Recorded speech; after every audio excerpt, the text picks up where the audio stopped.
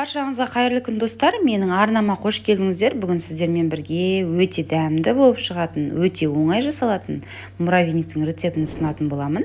Видеоны соңына дейін қарап, менімен бірге болыңыздар және каналыма тіркеліп қоюды ұмытпаңыздар. Сонда менің видеоларымды жіберіп алмайтын боласыздар.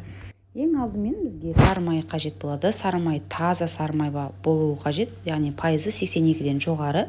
Енді бөлме температурасында сары майдың үстіне 2 жұмыртқаны саламыз және шанышқының көмегімен немесе венчиктің көмегімен дәл осылай барлығын езгілеп аламыз.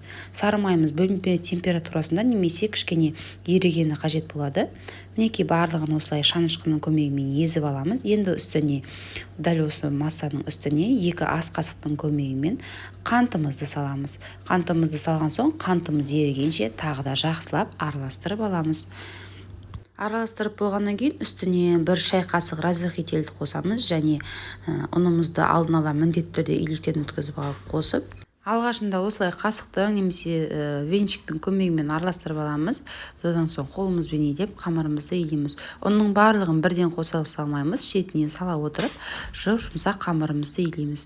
Ұнды құрамындағы заттарын төменде описание бөліміне қалдырамын, төменнен қарасаңыздар болады. Ұнды артық мөлшерден артық қоспаймыз.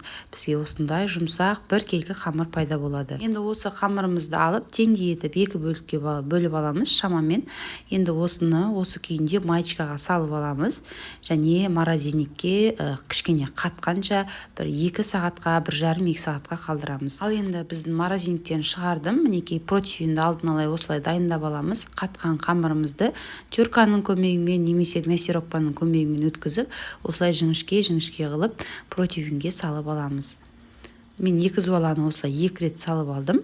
Егерде противиндеріңіз кішірек болса, 3-ке бөліп салып, арасын осылай ашып, отымызды алдын ала пешімізді қыздырып алып, қызып тұрған пеште 180 градуста қызарғанша пісіріп аламыз. Пешке салған кезде кішкене қарап отырыңыздар, тез піседі, қатты күйіп кетсе де қытырлап, кішкене қатты болып қалады, сондықтан сарғайған кезде ала беріңіздер. Енді кремін дайындайтын боламыз. Ол үшін осындай любавинканың варенкасын пайдаланамын. Құрамы таза және дәмі де өте дәмді. Ыдысымызға салып аламыз. Үстіне ерітілген сары майды құйып, венчиктің көмегімен немесе қасықтың көмегімен жақсылап біріккенше араластырып аламыз. Ал оған дейін біздің тестамыз суыды. Енді суыған тесталарды бөліктерге бөліп аламыз. Қараңыздар, сары әдемі болды.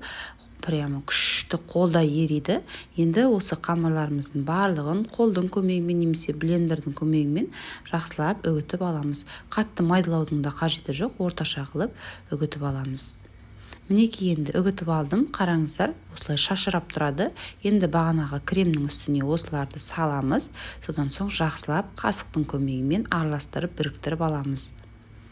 Өте қарапайым рецепт, міндетті түрде жасап көріңіздер, өте дәмді болып шығады. Енді кез келген форма қылып жасай берсеңіздер болады, торт қылып жасасаңыздар да болады. Мен осылай стакандарға алдын ала суымды құйып алдым, жабысып қалмас үшін. Содан соң шетінен сала отырып, осылай тығыздап формасын әдемілеп жасайтын боламыз. Форма қалауларыңыз бойынша жасай бересіздер, мен дәл осылай жасап алдым. Қараңыздар, өте әдемі, дастарханның көркін ашады. Осылай жасасаңыздар, негізі торт тәрізді қылып, бір кесеге жасай салсаңыздар да болады. Мінекей барлығын осылай жасап алдық. Енді қалауларыңыз бойынша сәндесеңіздер болады. Достар, менің каналымда түрлі тағамдардың, түрлі тәттілердің, қыстық банка жабулардың рецептісі бар. Каналыма тіркелмеген болсаңыздар тіркеліп, қазақша контентті қолдауды ұмытпаңыздар. Лайк басып, пікір қалдыруды ұмытпаңыздар. Мінекей осымен біздің муравейниктеріміз дайын. Өте дәмді, өте керемет болып шығады. Әсіресе қонақ келгенде немесе шай ішкенге отбасыларыңызға жасап көріңіздер. Видеоны толықтай қарағандарыңызға рахмет. Сіздермен болған Нұрия Амангелді.